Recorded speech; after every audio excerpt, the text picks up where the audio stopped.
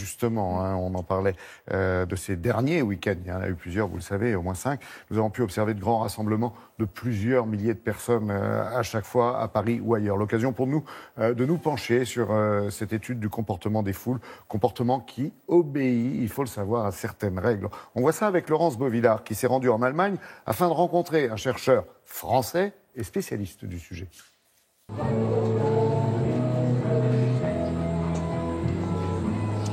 Entre les fêtes de Noël et les manifestations, nous sommes de plus en plus confrontés à des phénomènes de foule. Des phénomènes sociaux étudiés par des spécialistes. Et ici, à Berlin, nous avons un spécialiste de la fouloscopie. On mesure une foule par un indicateur qu'on appelle la densité.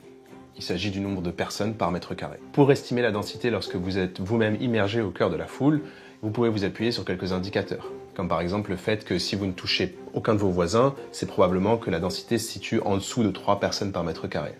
Si vous avez des contacts involontaires avec une ou plusieurs personnes en même temps, la densité doit plutôt se situer autour de 4 ou 5 personnes par mètre carré. Là où ça devient dangereux, c'est quand vous avez par exemple du mal à approcher votre main de votre visage. Là, on peut estimer que la densité est au-delà de 6 personnes par mètre carré, qui constitue un seuil de danger. Dans les événements populaires, comme des festivals de musique ou dans les pèlerinages religieux par exemple, on se retrouve avec des densités qui atteignent 6-7 personnes par mètre carré, et le niveau maximum que l'on ait observé, c'était 10 personnes par mètre carré. C'était à la Mecque en 2006.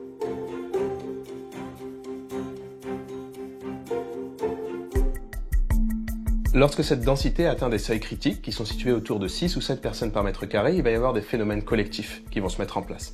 Il y en a un en particulier qu'on appelle des turbulences ou des tremblements de foule, qui se manifestent par une sorte de tremblement de la foule. On a l'impression que les gens sont secoués dans tous les sens, et c'est un phénomène extrêmement dangereux parce que les personnes peuvent tomber ou elles peuvent se retrouver écrasées contre un mur, par exemple. Ce phénomène collectif est dû à des vagues de bousculade qui se propagent de personne en personne et qui vont avoir tendance à créer des niveaux de compression trop importants pour le corps humain.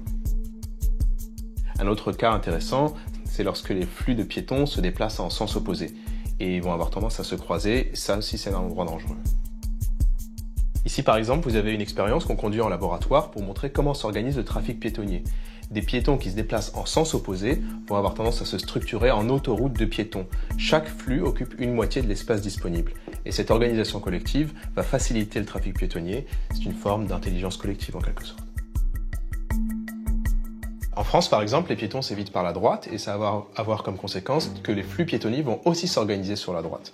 Dans d'autres pays, en revanche, les piétons s'évitent par la gauche et les flux piétonniers s'organisent à gauche, par exemple au Japon, en Australie ou en Corée du Sud. Et c'est une convention sociale qui est en partie due au trafic automobile.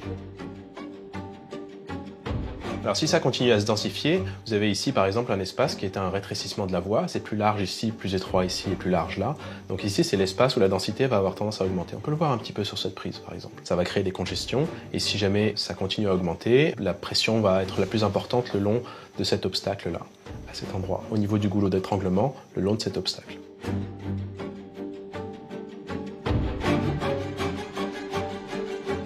Aujourd'hui, grâce aux réseaux sociaux, les manifestations s'organisent très vite sur des places en centre-ville. C'est-à-dire que nous avons toujours les mêmes lieux de réunion, mais avec beaucoup plus de densité humaine.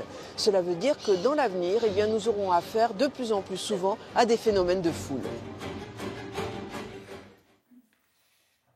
Voilà, comme le sujet est effectivement très intéressant, sachez que ce chercheur, Mehdi Moussaïd, publiera dans quelques jours un livre sur le thème qui s'appelle « Fouloscopie, ce que la foule dit de nous » aux éditions Human Science.